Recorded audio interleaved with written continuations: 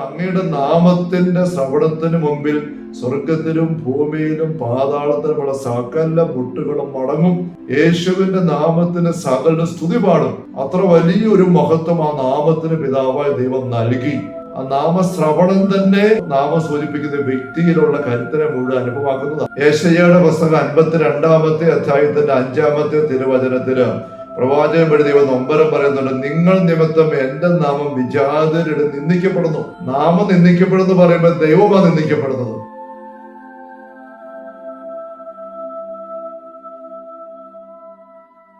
ഈശോ മിശിഹായ്ക്ക് സ്തുതിയായിരിക്കട്ടെ.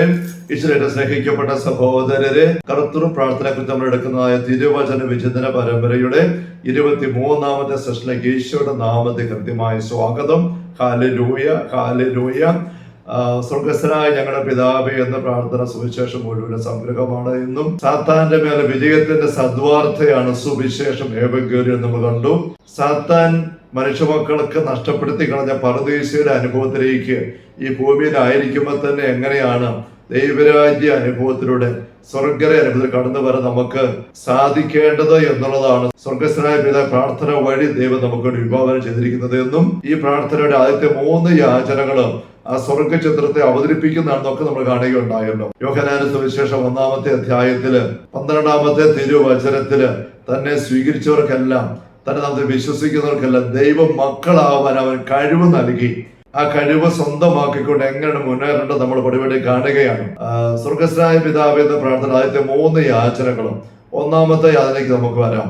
അങ്ങയുടെ നാമം പൂജിതമാകണമേ എന്ന യാചന.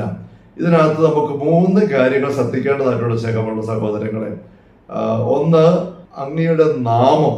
നാമം എന്ന് പറയുമ്പോൾ എന്താ അതിനകത്തോട് ചേർന്നിരിക്കുന്നത്? 2, പൂജിതമാവുക. പൂജിതം, ബഹുമാന്യം, ആദരണീയം, ആരാധനീയം. അതെന്താ അതിനർത്ഥം? 3-ാമത് വീണ്ടും ആകണമേ. അത് എവിടെയാണ് ആകേണ്ടത്? ഇത് നമ്മൾ ശ്രദ്ധിക്കണം. ഇത് നിസ്സാരമായ കാര്യമല്ല, എവിടെയെങ്കിലും ആകുന്ന കാര്യമല്ല, മറ്റുള്ളവരിലാകുന്ന കാര്യമല്ല.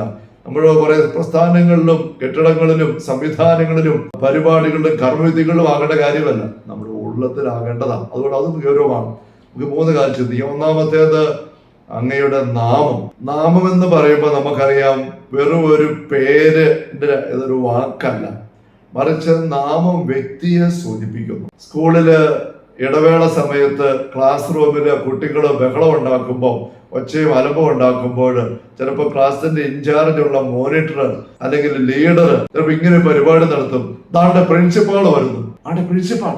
ഇങ്ങനെ ഒരു പറച്ചിൽ കേൾക്കും. പ്രിൻസിപ്പാൾ എന്നുള്ള സ്വരം കേൾക്കുമ്പോൾ തന്നെ, ആ പേര് കേൾക്കുമ്പോൾ തന്നെ നല്ല സ്ട്രിക്റ്റ് ആയ ഗൗരവമുള്ള പ്രിൻസിപ്പാളാണ് സ്കൂളിലുള്ളതെങ്കിൽ അലമ്പ് കളിക്കുന്ന പിള്ളേരെല്ലാം ആ നിമിഷം പെട്ടെന്ന് ഒതുങ്ങും, പമ്മും, സീറ്റിൽ പോയിരിക്കും, പമ്മിരിക്കും. ഇത് നോക്കും, സാറ് വരുന്നുണ്ടോ. അല്ലെങ്കിൽ ആരെങ്കിലും അലമ്പന്മാര് കള്ളുകൂടിയും ബഹളവുമായിട്ട് എവിടെയെങ്കിലും ഇരിക്കുമ്പോൾ അപ്പുറം തന്നെ വിളിച്ചു പറയും, അവിടെ പോലീസിന്റെ പേര് കേൾക്കുമ്പോൾ ഇവർ ചടങ്ങും. കണ്ടോ, പോലീസിനെ കാണണമെന്നില്ല, പോലീസിനെ വരണമെന്നില്ല, പ്രിൻസിപ്പാളിനെ കാണണമെന്നില്ല, പ്രിൻസിപ്പാൾ വരണമെന്നില്ല. ആ പേര് ശ്രവിക്കുമ്പോൾ തന്നെ ആ പേരിന്റെ പിന്നിലുള്ള വ്യക്തിയുടെ സാന്നിധ്യത്തിന്റെ പ്രാഭവം അവിടെ അനുഭവമാകുന്നുണ്ട്. അതുകൊണ്ട് അങ്ങയുടെ നാമത്തിന്റെ ശ്രവണത്തിന് മുമ്പിൽ സ്വർഗത്തിലും ഭൂമിയിലും പാതാളത്തിലുമുള്ള സകല മുട്ടുകളും മടങ്ങും. ഫിലിപ്പലേഖനത്തിന്റെ 2-ാം അധ്യായത്തിന്റെ ആദ്യ ഖണ്ഡിക നമുക്കറിയാമല്ലോ.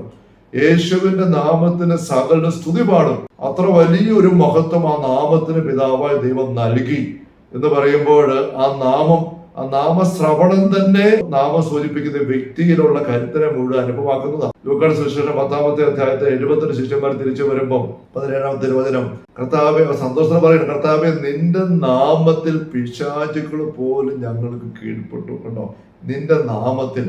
പൗലോസ് അപ്പോസ്തലൻ അപ്പോസ്തലപ്രവർത്തനം 16 നമ്മൾ വായിക്കുന്നുണ്ട്. 16 മുതൽ വാക്യങ്ങളിൽ ഫിലിപ്പിയില് പൈശാചിക അരുവിയുള്ള അടിമ പെൺകുട്ടിയെ അവിടെയുള്ള പിശാച് ഇറക്കിവിടുന്ന യേശുവിന്റെ നാമത്തിൽ ആവശ്യപ്പെടുന്നു.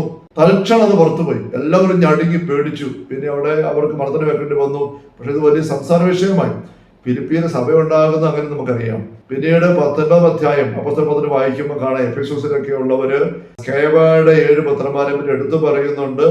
അവർ ഈശോയുടെ നാമത്തിൽ പിശാചിനെ ബഹിഷ്കരിക്കാൻ നോക്കുകയാണ്. അപ്പൊ ഈശോയുടെ നാമം, ഈശോയെ കുറിച്ച് അവർക്ക് അറിയത്തില്ല. ഈശോയുടെ നാമത്തെക്കുറിച്ച് വേറൊന്നും അറിയത്തില്ല. അവിടെ അവർ പറയുന്നത് പൗലോസ് പ്രസംഗിക്കുന്ന യേശുവിന്റെ നാമത്തിൽ ആവശ്യപ്പെടുന്നവെന്നാണ്. അപ്പൊ അത്രയോട് അവർക്ക് അറിവ്. അപ്പൊ ഈശോയെ ഒന്നും അറിയത്തില്ല, ആ വ്യക്തി ആരെന്നൊന്നും അറിയത്തില്ല. എന്നിട്ടും ആ യേശു, പൗലോസ് പ്രസംഗിക്കുന്ന യേശുവിന്റെ നാമത്തിൽ എന്ന് പറഞ്ഞപ്പോൾ സ്കേബയുടെ 7 പുത്രന്മാരെ പിടിച്ചതിനെ പിശാച് ഇറക്കിടാൻ നോക്കിയപ്പോ ആ പിശാച് അരൂപി ഇറങ്ങി ബഹളം വെച്ചു. കാരണം ആ നാമം കേട്ടപ്പോഴേ ആ നാമം സൂചിപ്പിക്കുന്ന യേശു എന്ന വ്യക്തിയുടെ സാന്നിധ്യത്തിന്റെ പ്രാഭവമാണ് പ്രകടമായി. അപ്പൊ പിശാചുക്കള് ബഹളം വെച്ച് ഇറങ്ങി. പക്ഷെ ഇറങ്ങി കഴിഞ്ഞപ്പോ ഇവരെ അവർ ആക്രമിക്കുകയാണ്. അവർ മുറിവേറ്റ് നഗ്നരായി നാണം കേട്ട വീട്ടിൽ നിന്ന് ഓടിപ്പോയി എന്നും ആ എഫേസസിലുള്ള ഗ്രീക്കുകാർ, യഹൂദരും, വിജാതിരും എല്ലാവരും ഇതറിഞ്ഞു വളരെ യേശുവിന്റെ നാമത്തിന്റെ മഹത്വം തിരിച്ചറിഞ്ഞു ഭയപ്പെട്ടുവെന്നും അങ്ങനെ സഭ അവിടെ പെട്ടെന്ന് വേര് പിടിച്ച് വളരെ ഇടവെന്നൊക്കെ നമ്മൾ വായിക്കുന്നുണ്ട്. അപ്പൊ നാമം എന്ന് പറയുന്നത് വെറും ഒരു പേരല്ല, ഒരു വ്യക്തിയെ സൂചിപ്പിക്കുന്നതാണ്. അപ്പോസ്തല പ്രവർത്തനങ്ങളിലെ 9-ാമത്തെ അധ്യായം 4-5 വാക്യങ്ങളില് ഡമാസ്കസിലേക്കുള്ള പാതയില് കുതിരപ്പുറത്ത് പോയിരുന്ന സാവൂളും ദർശനമുണ്ടായി മറിഞ്ഞു വീഴുന്നു. അവിടെ സാവൂള് ചോദിക്കും, നീ ആരാ? അവിടെ മറുപടി നമുക്കറിയാമല്ലോ, നീ പീഡിപ്പിക്കുന്ന ക്രിസ്തുവാണ് ഞാൻ, യേശുവാണ് ഞാൻ. ക്രിസ്തുവിന്റെ നാമം വഹിക്കുന്ന ക്രൈസ്തവ സഹോദരങ്ങളെ സാവൂള് പീഡിപ്പിക്കുമ്പം ആ പീഡനം ക്രിസ്തു എന്ന വ്യക്തിക്ക് തന്നെ കിട്ടുന്നത്. അപ്പൊ ക്രൈസ്തവ നാമധാരികള് ക്രിസ്തുവിന്റെ സാന്നിധ്യം തന്നെ പേറുന്നവരാണ് എന്നർത്ഥം. അപ്പോൾ സ്വർഗസ്ഥനായ പിതാവിനെ വിളിച്ച് അങ്ങയുടെ നാമം പൂജിതമാകണമേ എന്ന് പ്രാർത്ഥിക്കുമ്പോൾ അങ്ങ് പൂജിതനാകണമേ, അങ്ങേക്ക് ആരാധന ഉണ്ടാവട്ടെ, അങ്ങേക്ക് ബഹുമാനം ഉണ്ടാകട്ടെ എന്ന് തന്നെ അർത്ഥം. പിന്നെ എന്തുകൊണ്ടാണ് നാമം എന്ന് പറയുന്നത് അങ്ങെന്ന് മാത്രം പറയാതെ ദൈവത്തിന്റെ സാന്നിധ്യം ഇന്ന് നമുക്ക് അനുഭവമാകുന്നത് ആ നാമത്തിലൂടെ, ആ നാമത്തിന്റെ ഉച്ചാരണത്തിലൂടെ, ഉപയോഗത്തിലൂടെ, ആ നാമം വഹിക്കുന്ന വ്യക്തികളിലൂടെയാണ്. ആ നാമം വഹിക്കുന്ന ഒരുപാട് മറ്റ് സാന്നിധ്യങ്ങളും കാര്യങ്ങളും ഈ ഭൂമിയിലുണ്ട്. ഒരു ദേവാലയം ദൈവത്തിന്റെ നാമം വഹിക്കുന്നതാണ്. തിരുവചനം, വിശുദ്ധ ഗ്രന്ഥം ദൈവത്തിന്റെ നാമം വഹിക്കുന്നതാണ്. വിശുദ്ധ കുർബാന അർപ്പണം, തിരുവോസ്തി യേശു നാമം വഹിക്കുന്നതാണ്. അങ്ങനെ അനേക കാര്യങ്ങളിലൂടെ, വ്യക്തികളിലൂടെ ദൈവത്തിന്റെ സാന്നിധ്യം ഇന്ന് ലോകത്തിൽ നിറഞ്ഞു നിൽക്കുന്നുണ്ട്. ദൈവത്തിന്റെ സാന്നിധ്യം ലോകത്തിന്റെ അനുഭവമായിട്ട് തീരുന്നുണ്ട്. അവയിലൂടെ എല്ലാം നമുക്ക് ദൈവത്തെ അനുഭവിക്കാൻ സാധിക്കണം, ദൈവത്തെ തിരിച്ചറിയാനായിട്ട് സാധിക്കണം. അതുകൊണ്ടാണ് അങ്ങ് പൂജിതമാകണമേ എന്ന് പറയാതെ അങ്ങയുടെ നാമം പൂജിതമാകണമേ എന്ന് എടുത്തു പറഞ്ഞിരിക്കുന്നത്. നിരവധിയായ മാർഗങ്ങളിലൂടെ നമ്മുടെ ദൈവത്തിന്റെ എല്ലാ തരങ്ങളിലേക്കും നാം ആയിരിക്കുന്ന പ്രപഞ്ചത്തിന്റെ എല്ലാ മേഖലകളിലും എന്ന പോലെ സന്നിഹിതനായിരിക്കുന്ന ദൈവത്തിന്റെ സാന്നിധ്യം, അതാണ് ഈ നാമം എന്ന വാക്കുവഴിയായിട്ട് നമ്മൾ തിരിച്ചറിയേണ്ടത്.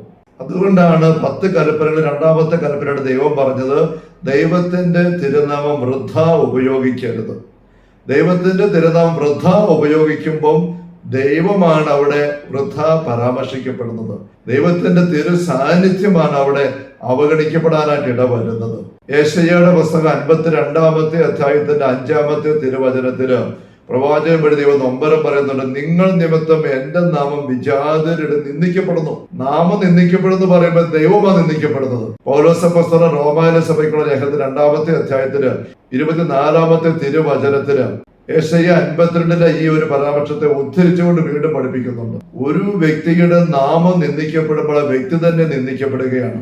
ദൈവത്തിന്റെ നാമം നിന്ദിക്കപ്പെടുമ്പോൾ ദൈവമാണ് നിന്ദിക്കപ്പെടുന്നത്.